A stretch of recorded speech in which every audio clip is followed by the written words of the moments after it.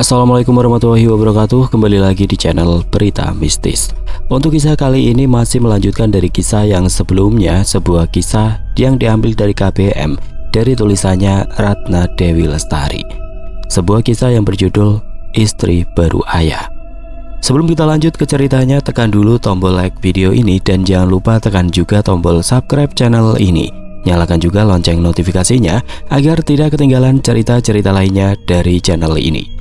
Dan buat teman-teman yang pengen membaca langsung ceritanya, nanti silahkan saja kunjungi linknya yang nanti akan saya sertakan di kolom deskripsi. Dan seperti apa untuk kisah kali ini, langsung saja kita masuk ke ceritanya.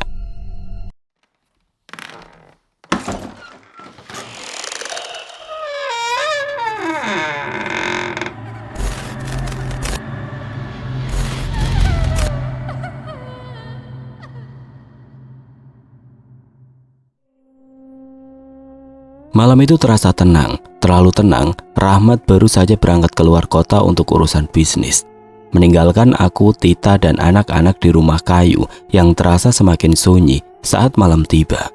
Aku duduk di depan cermin di kamar tidur, menatap bayangan diriku sendiri yang tampak biasa. Namun aku tahu, di balik wajahku yang tenang ada sesuatu yang tidak pernah tenang, makhluk itu. Aku memejamkan mata dan mengambil nafas panjang. "Kenapa kau tidak pernah menunjukkan dirimu di depan Rahmat?" Tanyaku dalam hati, berharap suara itu menjawab. Lalu seperti biasa suara itu muncul, lembut tapi dingin. "Rahmat, dia berbeda. Aku tidak ingin kehilangan dia. Aku tahu apa yang dia inginkan darimu dan aku memberinya lebih dari itu. Aku membuatnya bahagia, Laras, karena aku tahu jika dia curiga, semuanya akan berakhir." Aku menggigit bibir. Tidak puas dengan jawaban itu. "Tapi kau tidak bisa menyembunyikan semuanya. Kau selalu kembali dengan noda darah di tubuhku." Tita mulai curiga. Makhluk itu tertawa kecil hampir seperti bisikan angin. "Tita, dia hanya seorang manusia lemah. Aku bisa membuatnya diam kapan saja." Aku menggelengkan kepala, memandang cermin dengan mata yang penuh amarah. "Aku tidak akan membiarkanmu menyentuh mereka. Tidak Tita, tidak Dika, tidak Rian, mereka keluargaku." Suara itu terdiam sejenak lalu berbisik. "Aku tidak ingin menyentuh Tita, tapi anak-anak Rahmat, mereka istimewa. Aroma mereka begitu menggoda." Aku merasakan tubuhku gemetar. "Kau tidak akan menyentuh mereka, tidak selama aku hidup." Makhluk itu tertawa lagi, kali ini lebih dingin, menusuk hingga tulang. "Kita lihat saja nanti." Tita duduk di ruang tamu membaca buku sambil sesekali mengawasi anak-anak yang sudah tertidur di kamar mereka. Malam itu ia merasa ada sesuatu yang berbeda. Udara terasa lebih dingin dari biasanya dan suara-suara aneh mulai terdengar dari luar rumah. Awalnya Tita mengira itu hanya suara angin. Namun semakin lama suara itu berubah menjadi bisikan, seperti ada seseorang yang sedang memanggil namanya. "Tita, Tita." Ia meletakkan bukunya, mencoba mencari sumber suara. Langkah kakinya pelan tapi gemetar. Ketika ia tiba di dekat jendela, ia melihat sesuatu. Sosok bayangan hitam berdiri di tengah pekarangan, menatap ke arahnya. Jantung Tita berdegup kencang. Ia tahu itu bukan suara Laras. Sosok itu terlalu tinggi, terlalu kurus, dan matanya bersinar merah dalam kegelapan. Dengan gemetar Tita mundur perlahan, berharap bayangan itu tidak menyadari keberadaannya. Namun saat ia akan berbalik, sosok itu bergerak, tiba-tiba berdiri tepat di depan jendela. Tita terpekik, menutup mulutnya agar tidak membuat keributan. Sosok itu tidak masuk, hanya menatapnya dengan senyum menyeramkan, lalu menghilang begitu saja.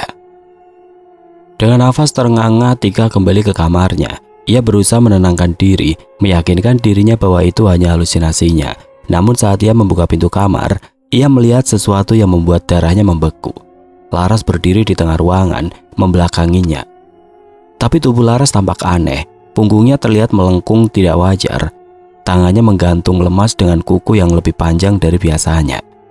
Tita mundur perlahan, mencoba keluar dari kamar tanpa suara, namun sebelum ia berhasil, Laras berbalik.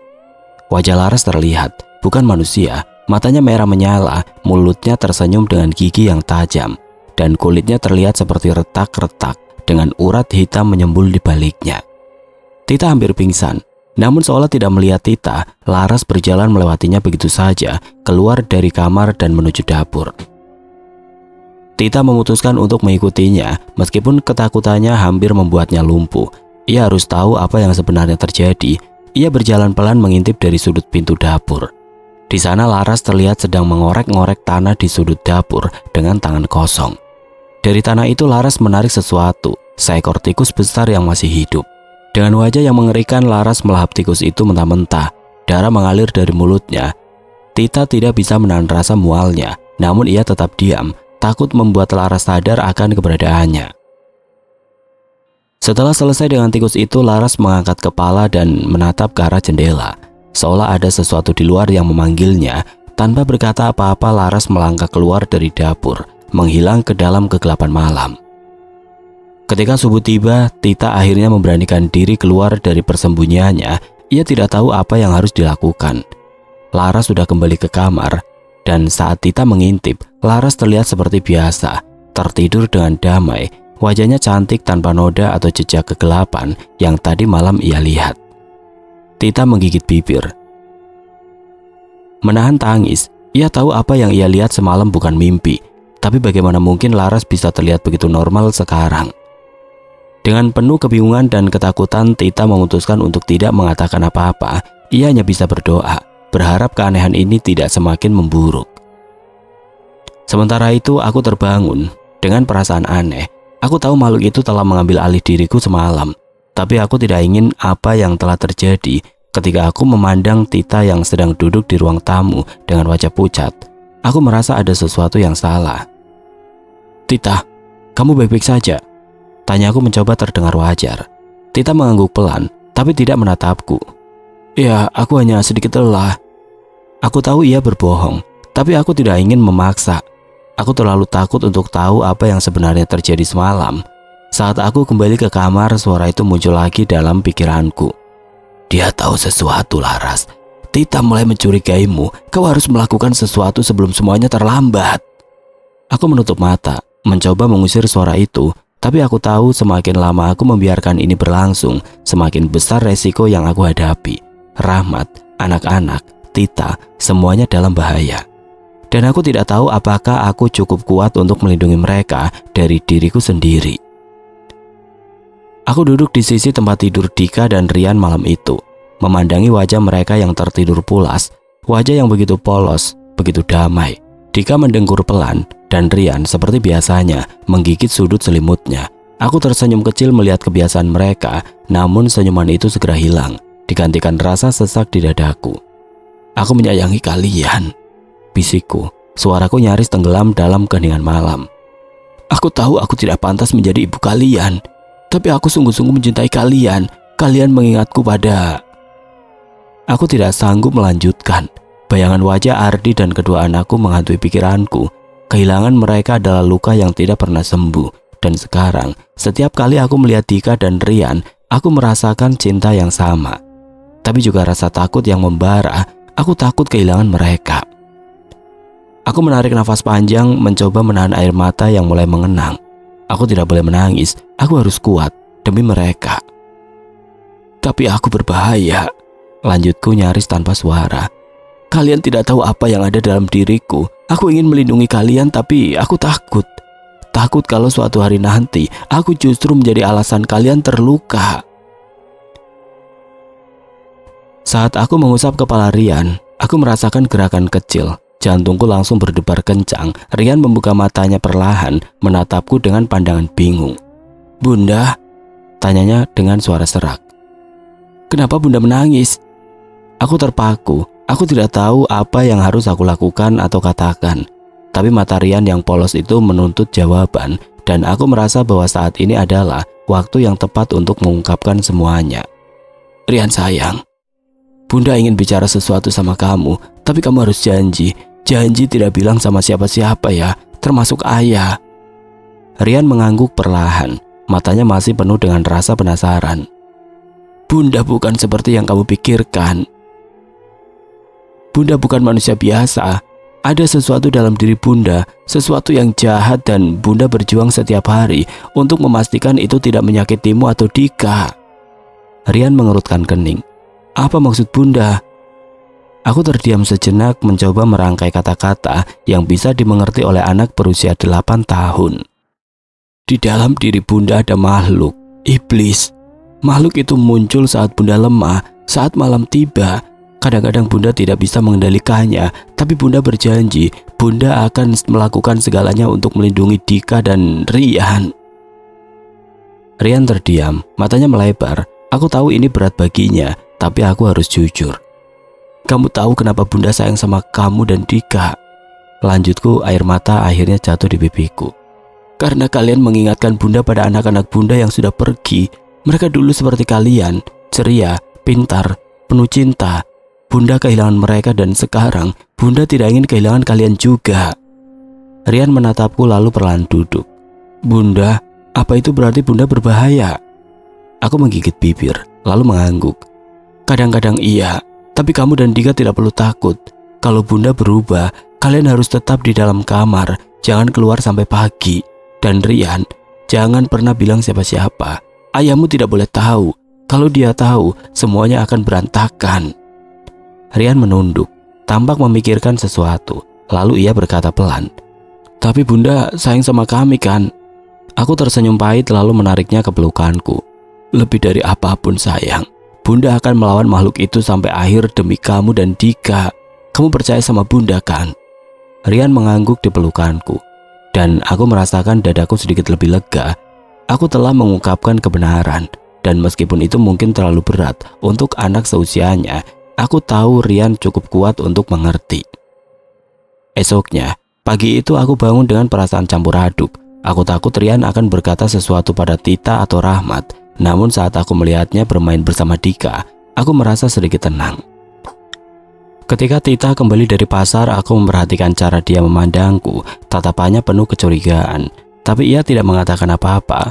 Aku tahu dia pasti merasakan ada sesuatu yang salah. Aku mendekatinya di dapur, mencoba berbicara dengan santai. Tita, kamu baik-baik saja? Kamu kelihatan capek.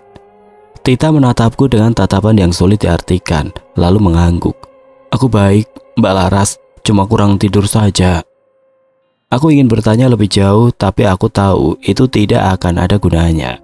Tita sudah curiga dan aku harus berhati-hati.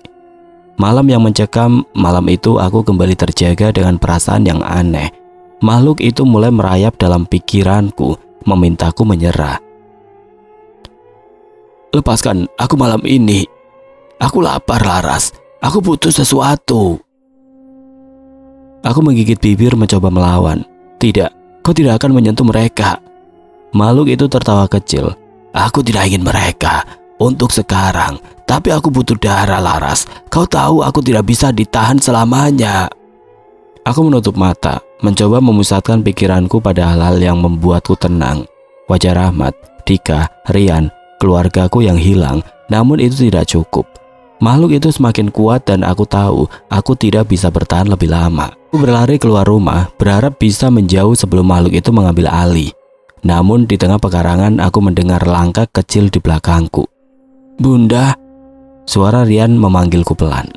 Aku berbalik dengan cepat melihatnya berdiri di sana dengan wajah bingung. Aku berlutut, menggenggam bahunya dengan lembut. Rian sayang, kenapa kamu keluar? Bunda sudah bilang jangan keluar kamar saat malam. Aku khawatir sama Bunda. Hatiku hancur mendengar kata-katanya. Aku menariknya ke pelukanku, menahan air mata yang ingin keluar. Kamu tidak perlu khawatir sayang, Bunda akan baik-baik saja. Sekarang kembali ke kamar ya. Ingat janji kita. Rian mengangguk dan kembali masuk ke rumah. Aku berdiri di sana, menatap langit malam yang gelap. Aku tahu perjuanganku melawan makhluk ini belum berakhir, tapi aku berjanji pada diriku sendiri, apapun yang terjadi aku akan melindungi mereka. Mereka adalah alasan aku tetap bertahan. Aku hanya berharap suatu hari nanti aku bisa benar-benar bebas dari kegelapan ini. Tidak, aku tidak benar-benar bangun. Tubuhku bergerak, tapi ini bukan aku. Aku menyadari bahwa kendali atas tubuhku sudah lenyap, direnggut oleh makhluk yang bersemayam di dalam diriku. Mata ini, tangan ini, kaki ini, semuanya bukan lagi milikku. Aku hanya bisa menyaksikan, terjebak di dalam pikiranku sendiri. Saat tubuhku berjalan keluar rumah, Angin malam menusuk kulitku, membawa aroma lembab dan tanah basah. Aku ingin berteriak, memohon agar makhluk itu berhenti, tapi suaraku terkubur dalam kegelapan yang menguasai pikiranku. Aku bisa merasakan keinginan yang membara. Ya, menggerakkan tubuhku dengan lincah, melintasi kebun dan pekarangan dengan kecepatan yang tidak manusiawi. Nafasku atau mungkin nafasnya berat, seperti hembusan binatang buas yang mencium bau mangsa. Tubuhku berhenti di depan kandang ternak milik Pak Karso yang terletak di ujung desa. Aku mengenal tempat ini. Setiap pagi suara ayam dan kambing dari sini terdengar hingga rumah kami. Tapi malam ini suara-suara itu terdengar berbeda, lebih gelisah, lebih panik, dan seolah mereka tahu ada sesuatu yang mengintai. Aku ingin menangis. "Tolong, hentikan," jeritku dalam hati. Tapi makhluk itu hanya tertawa. "Kau tahu aku tidak bisa dihentikan, Laras. Aku lapar dan mereka akan memberiku apa yang aku butuhkan." Tanganku yang kini bukan milikku mendorong pintu kandang hingga terbuka. Ayam-ayam berkotek liar, berlarian ke sana ke sini. Aku merasa darahku mendidih saat makhluk itu menggeram dengan penuh nafsu. Lalu segalanya menjadi kacau. Gigi yang tajam mencengkram leher seekor ayam, mengoyak tanpa ampun. Darah memancar, hangat dan anyir memenuhi hidungku. Aku ingin memalingkan wajah tapi aku tidak bisa. Aku dipaksa melihat setiap detik dari kekejian ini. Tanganku meraih seekor ayam lain, mencabik tubuhnya hingga nyaris terbelah. Daging dan darahnya ditelan dengan buas. Telingaku dipenuhi suara ayam yang melengking. Jeritan mereka menembus malam. Aku tahu warga bisa mendengarnya, tapi makhluk ini tidak peduli. Saat itu aku merasakan sesuatu yang membuatku semakin takut. Aku mulai terbiasa, ada bagian dari diriku yang mulai menyerah pada kegelapan ini. Yang menikmati sensasi darah hangat mengalir di tenggorokanku. Aku merasa jijik pada diriku sendiri, tapi aku tidak bisa melawan. "Berhenti, tolong, cukup." Makhluk itu tidak mendengarku. Ia berlari ke kandang kambing, seekor kambing kecil berdiri mematung, ketakutan. Tubuhku melompat ke arahnya, merobek lehernya dalam satu gerakan. Darah mengalir deras ke tanah, menciptakan genangan merah gelap. Aku ingin muntah, tapi tubuhku menelannya dengan rakus. "Ada apa di sana?" Aku mengenali suara itu, Pak Karso. Langkah beratnya terdengar mendekat, diiringi suara anjing yang menggonggong marah. Makhluk itu berhenti, tubuhku membeku dalam kegelapan. Dari sela-sela kandang aku bisa melihat Pak Karso membawa obor, matanya menyipit mencoba melihat apa yang terjadi. "Siapa di sana? Kalau maling, awas saja." Aku merasakan ketegangan makhluk itu, tapi juga kepercayaan dirinya. Tubuhku perlahan mundur ke sudut gelap kandang, menyatu dengan bayangan. Pak Karso semakin dekat, menyinari kandang dengan obornya. Aku tahu ia pasti akan melihat jejak darah dan mayat-mayat ayam yang berserakan. Dan benar saja wajahnya berubah tegang saat ia menemukan kekacauan itu. "Apa ini?" bisiknya, nadanya bingung sekaligus takut. Aku ingin berteriak, aku ingin memberitahunya agar pergi, tapi tubuhku tetap diam, menunggu. Ketika Pak Karso menunduk untuk memeriksa seekor ayam yang mati, makhluk itu bergerak. Tubuhnya melesat keluar dari kandang dengan kecepatan luar biasa, berlari ke arah hutan. Dalam sekejap, aku sudah jauh dari sana. Namun aku tahu Pak Karso melihatku. Aku bisa merasakan tatapannya yang penuh kengerian, dan aku tahu ia tidak akan melupakan apa yang baru saja dilihatnya. Makhluk itu akhirnya berhenti di tengah hutan, membiarkan tubuhku jatuh ke tanah. Aku terengah-engah, air mata mengalir deras di wajahku. "Kenapa? Kenapa kau melakukan ini?" Aku berteriak dalam pikiranku. Makhluk itu tertawa pelan. "Karena aku bisa, karena aku butuh. Kau tahu ini, Laras. Kau memberiku tempat di tubuhmu, dan ini harga yang harus kau bayar." "Tapi mereka akan tahu Pak Karso melihatku." "Biarkan saja, mereka tidak akan percaya pada apa yang mereka lihat. Mereka akan mengira itu mimpi buruk." Aku menggigil di tanah, merasa kotor dan hancur. Aku ingin mati, ingin mengakhiri semua ini, tapi aku tahu itu tidak mungkin. Aku terikat pada makhluk ini, dan selama ia ada, aku tidak akan pernah bebas. Saat matahari terbit, aku kembali ke rumah dengan tubuh yang lemah. Darah kering masih menempel di bajuku, meski aku berusaha menghapusnya dengan daun-daun di hutan. Tita sedang duduk di ruang tamu saat aku masuk. Ia menatapku dengan mata curiga, tapi ia tidak mengatakan apa-apa. Aku hanya tersenyum kecil, mencoba bersikap normal. Pagi, Tita. Pagi? Mbak Laras, dari mana semalaman? Pertanyaannya membuat jantungku berdegup kencang, tapi aku tetap tenang. Aku hanya keluar sebentar, udara malam membantu menghilangkan penat. Tita mengangguk, meski jelas ia tidak percaya.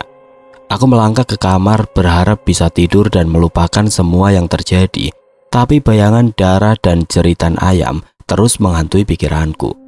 Aku tahu ini belum berakhir. Pak Karso pasti akan membicarakan apa yang dilihatnya dan cepat atau lambat warga desa akan mulai mencurigai sesuatu. Aku hanya bisa berharap bahwa aku masih punya waktu untuk melindungi keluargaku sebelum segalanya terungkap. Kabar tentang kejadian mengerikan di kandang ternak Pak Karso menyebar dengan cepat.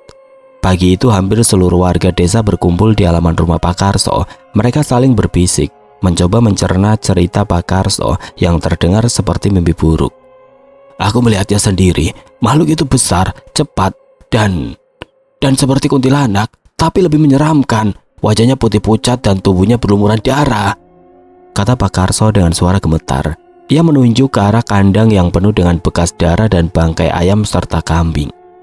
Ah, jangan-jangan itu hantu penunggu hutan, seru salah satu warga. Atau mungkin ada maling yang mencoba menakut-nakuti kita, salah yang lain meski suaranya terdengar ragu.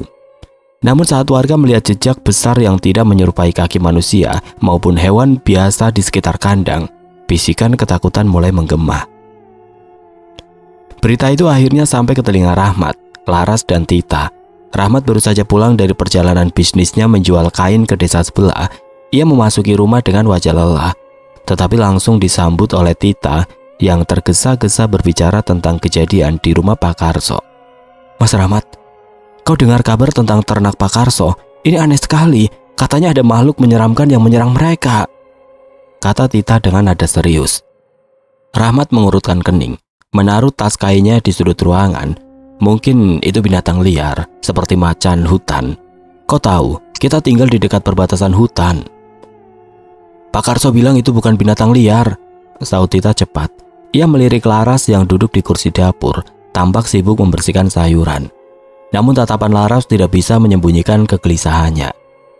Laras yang mendengar pembicaraan itu berusaha terlihat santai. Mungkin Pak Karso salah lihat. Bisa saja dia ketakutan lalu pikirannya membesar-besarkan apa yang dia lihat. Tita tidak langsung menjawab. Ia mengamati Laras dengan tajam, mencari celah untuk mengungkapkan kecurigaannya. Tita semakin yakin bahwa Laras terlibat dalam kejadian tersebut. Sejak awal ia sudah merasa ada sesuatu yang aneh dengan kakak iparnya itu. Tapi ia tidak punya bukti, hanya firasat yang semakin menguat setiap kali melihat tingkah Laras. Ketika malam tiba, Tita melihat Laras duduk di dekat jendela.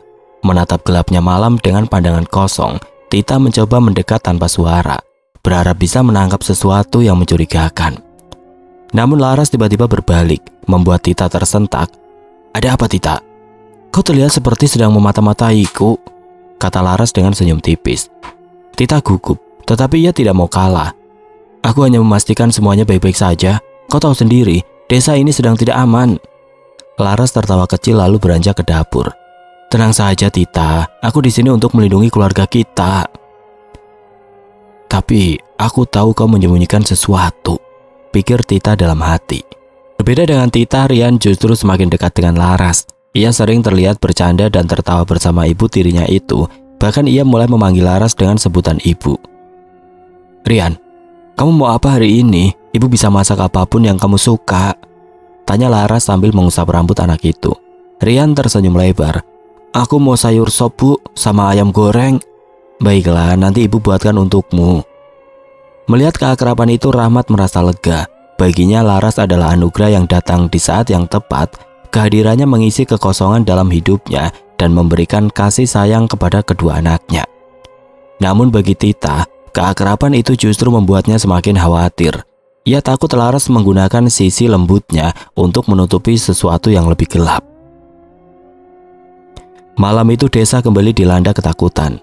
Pak Karso tidak bisa tidur karena terus-menerus mendengar suara-suara aneh dari arah hutan. Beberapa warga yang tinggal dekat dengan kandang juga mengaku melihat bayangan besar yang melintas di malam hari. Aku yakin itu makhluk yang sama. Kita harus melakukan sesuatu. Kalau tidak, ternak kita bisa habis. Lalu apa yang harus kita lakukan? Melapor ke siapa? Balas yang lain dengan nada putus asa. Pak Karso hanya menggeleng, tatapannya kosong. Bayangan makhluk itu masih jelas di benaknya dan ia merasa tidak ada yang bisa dilakukan untuk melawan sesuatu yang begitu mengerikan. Di dalam rumah, Laras berusaha keras menyembunyikan kegelisahannya. Ia tahu apa yang terjadi di kandang Pak Karso dan ia tahu itu salahnya. Saat malam tiba, Laras mengunci dirinya di kamar mandi. Ia menatap bayangan di cermin, berharap bisa berbicara dengan makhluk yang menguasainya. Kau harus berhenti. Kau akan membahayakan keluarga ini. Rahmat, anak-anak, mereka tidak bersalah. Makhluk itu muncul di cermin menampakkan wajah mengerikan yang hampir membuat Laras berteriak. Aku tidak peduli pada mereka, Laras. Aku hanya peduli pada apa yang kubutuhkan, darah dan daging segar. Tapi mereka keluargaku, seru Laras, air matanya mengalir. Makhluk itu tertawa dingin. Keluarga? Mereka bukan keluargamu, mereka hanyalah alat untuk menyembunyikan keberadaanku. Tapi ingat Laras, jika kau mencoba melawanku, aku akan mengambil kendali sepenuhnya dan saat itu kau tidak akan punya tempat untuk bersembunyi. Rahmat di sisi lain tidak merasakan apapun yang aneh. Baginya Laras adalah istri yang sempurna, ia tidak peduli pada desas-desus warga atau kecurigaan Tita. Adikku terlalu banyak mendengar cerita-cerita menakutkan. Jangan terlalu dipikirkan, warga desa ini memang suka memperbesar-besarkan masalah, katanya kepada Laras saat makan malam. Laras hanya tersenyum kecil. Ya, aku tahu, aku hanya ingin kita semua baik-baik saja. Rahmat menggenggam tangan Laras. Kau sudah melakukan yang terbaik, anak-anak mencintaimu, dan itu sudah cukup untukku. Namun di dalam hati Laras, ia tahu bahwa situasi ini tidak akan bertahan lama. Tita sudah mulai merasa tidak tenang. Semakin hari semakin jelas bahwa ada sesuatu yang salah dengan Laras. Sejak kejadian di rumah Pak Karso, dia semakin curiga dengan tingkah laku Laras. Warga desa yang takut mulai berbisik dan desas-desus tentang makhluk yang menyerang ternak semakin menguat. Namun Rahmat selalu membela Laras, tidak percaya dengan kecurigaan-kecurigaan yang beredar. Malam itu Tita memutuskan untuk menyelidiki sendiri. Setelah mendengar suara pintu belakang yang terbuka, dia menunggu sejenak, memastikan Laras benar-benar keluar rumah. Hati Tita berdebar, tapi dia tahu ini adalah kesempatan yang tidak boleh disia-siakan. Dengan langkah pelan, dia mengikuti jejak Laras yang menuju keluar rumah. Hujan baru saja reda dan udara malam terasa dingin. Tita bersembunyi di balik pohon besar yang berada tidak jauh dari halaman belakang, berusaha tetap diam dan tidak menarik perhatian. Tita melihat Laras melangkah ke arah hutan, matanya tampak kosong dan terfokus. Seperti bukan dirinya yang berjalan. Dia menyusuri jalan setapak menuju ke kandang ternak yang sudah beberapa kali jadi sasaran serangan. Tita memegang nafasnya, menunggu, hatinya berdegup semakin cepat. Ia menyelinap perlahan mendekati tempat itu. Dan begitu tiba di sisi kandang, dia menyaksikan dengan mata kepalanya sendiri apa yang sebenarnya terjadi. Laras dengan tubuh yang tampak lebih tinggi dan kurus, mengerang seolah tidak lagi mengingat dirinya. Dengan tangan yang menebas ke tubuh hewan ternak, ia mulai menyobek daging ternak dengan rakus, seperti makhluk yang sudah lama kelaparan. Tita bisa melihat darah menyembur keluar mencipratkan bau amis yang menusuk hidung. Matanya membelalak saat Laras mengangkat kepala. Mulutnya penuh dengan darah dan daging hewan yang sudah tidak terhitung jumlahnya. Laras terus melahap tanpa belas kasihan. Tita merasa mual dan hampir menangis, tetapi dia tahu ini adalah saat yang sangat penting. Dengan tangan yang gemetar, dia mengeluarkan ponselnya dan merekam kejadian mengerikan itu, berusaha menjaga jarak agar tidak ketahuan. Sesaat kemudian Laras berhenti, matanya menatap lurus ke arah Tita yang bersembunyi di balik semak-semak. Laras mengerutkan kening seakan mendengar sesuatu, namun dia tidak bergerak untuk mendekat. Tita tetap membeku di tempatnya, berusaha tidak mengeluarkan suara apapun. Setelah beberapa detik yang terasa seperti berjam-jam, Laras kembali menundukkan kepalanya dan melanjutkan aksinya seolah-olah tidak terjadi apa-apa. Tita pun cepat-cepat berbalik dan berlari kembali ke rumah, berusaha sekuat tenaga untuk tidak ketahuan. Hatinya berdebar kencang, ia tahu apa yang baru saja dilihatnya sangat mengerikan dan sulit dipercaya. Tapi dia harus melaporkan ini kepada Rahmat. Esoknya saat Rahmat pulang ke rumah setelah urusan bisnis, Tita tidak membuang waktu. Dengan wajah serius ia memanggil Rahmat ke ruang tamu. Rahmat yang baru saja meletakkan tasnya terlihat kelelahan. Tetapi begitu melihat ekspresi tegang Tita, ia tahu ada sesuatu yang penting. "Ada apa, Tita?" tanya Rahmat duduk di kursi. Tita tidak menjawab langsung, ia mengeluarkan ponselnya dan memutarnya. "Aku ingin kakak melihat ini." Rahmat menatap Tita dengan penuh tanda tanya. Ia mencurigai ada sesuatu yang tidak beres, tapi ia belum siap menerima kenyataan apapun. Tita menekan tombol play dan video itu mulai diputar. Rahmat terdiam saat melihat gambar di layar. Wajahnya berubah pucat saat ia melihat Laras, istrinya, yang tampaknya sudah tidak lagi seperti dirinya. Dengan rakus dan kejam, Laras menyantap daging ternak, berlumuran darah di seluruh tubuhnya, dan matanya kosong seperti bukan manusia. Rahmat terpaku, seolah tidak percaya dengan apa yang ia lihat. "Apa ini?" Rahmat akhirnya bisa bersuara, tetapi suaranya terdengar gemetar. Tita menatapnya tajam. "Ini Laras, Mas. Itu bukan manusia biasa. Apa yang terjadi padanya? Apa yang sebenarnya dia sembunyikan dari kita?" Rahmat berdiri dan berjalan mondar-mandir. Ia merasa seolah dunia runtuh di sekelilingnya. Rasanya seperti dia baru saja dihantam oleh badai yang sangat besar. Ini tidak mungkin," kata Rahmat tidak percaya. "Laras istriku." Namun suara Tita yang tegas membuatnya berhenti. "Mas, aku sudah melihatnya dengan mata kepalaku. Lihatlah video itu." "Itu dia, itu Laras, Mas." Rahmat mengusap wajahnya dengan tangan.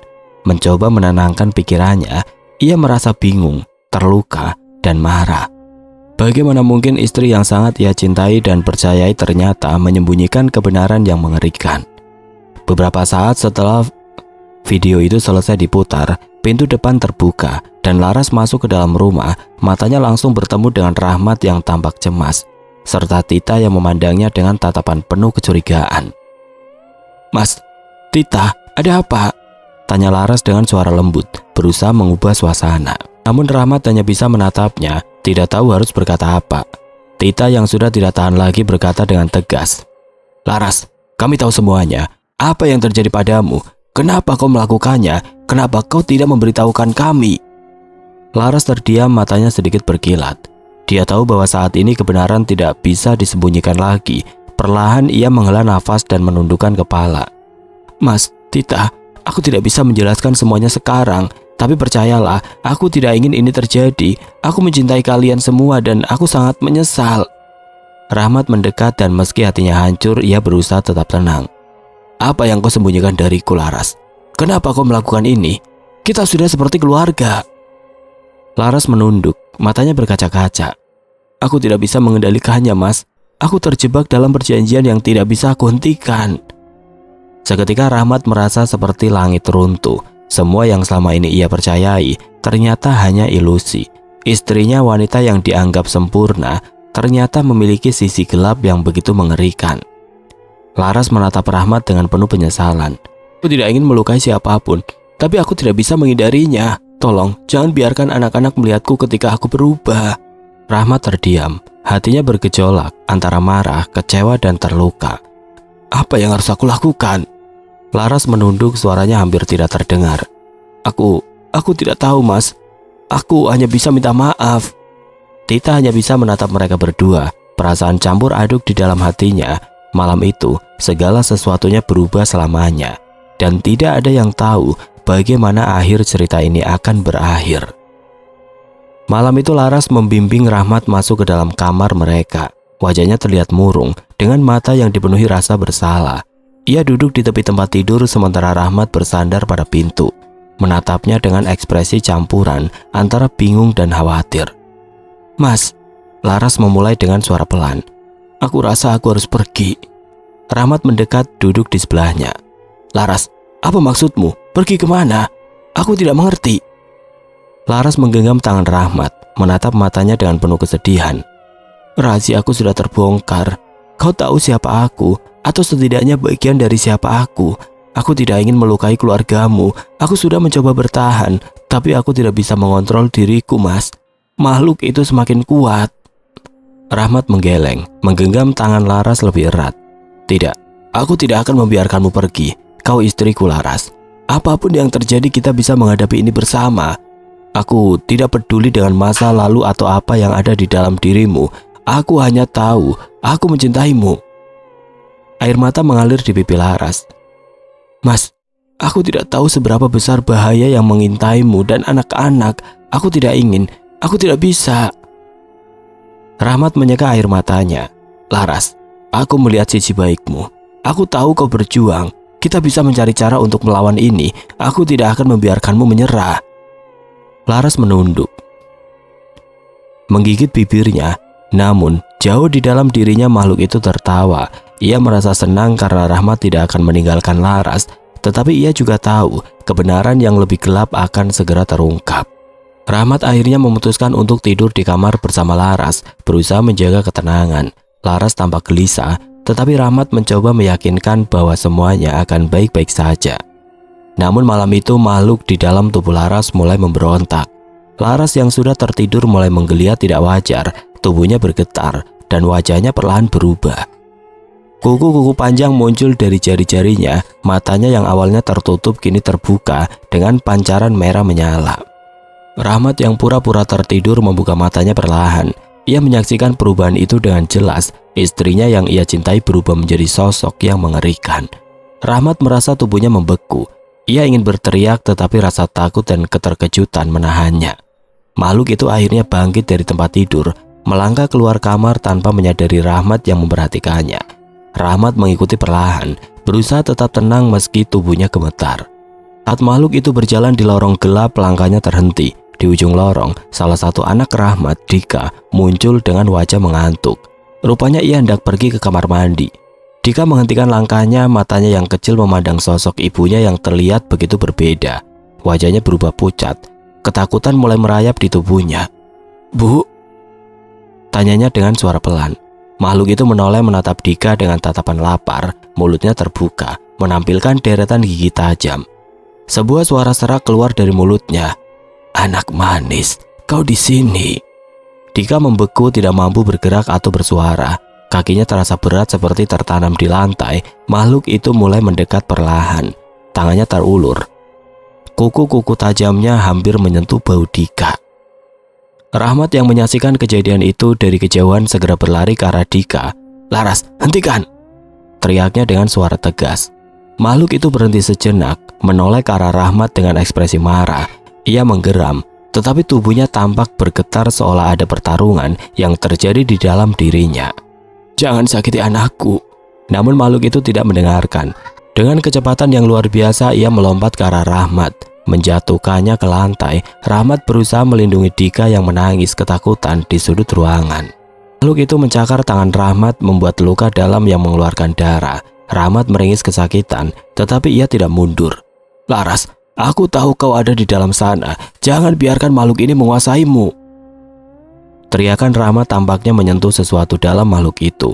Tubuhnya tiba-tiba berhenti bergerak, matanya berkedip beberapa kali, dan suara Laras terdengar lemah dari dalam. "Mas, aku tidak bisa." Rahmat berusaha bangkit meskipun tangannya terluka. "Laras, kau bisa melawan, aku percaya padamu." Namun makhluk itu akhirnya berteriak keras. Suaranya yang begitu melengking hingga membuat kaca-kaca jendela retak. Dalam keputusasaan, makhluk itu melompat keluar jendela, meninggalkan rumah dengan kecepatan yang tidak bisa dijelaskan.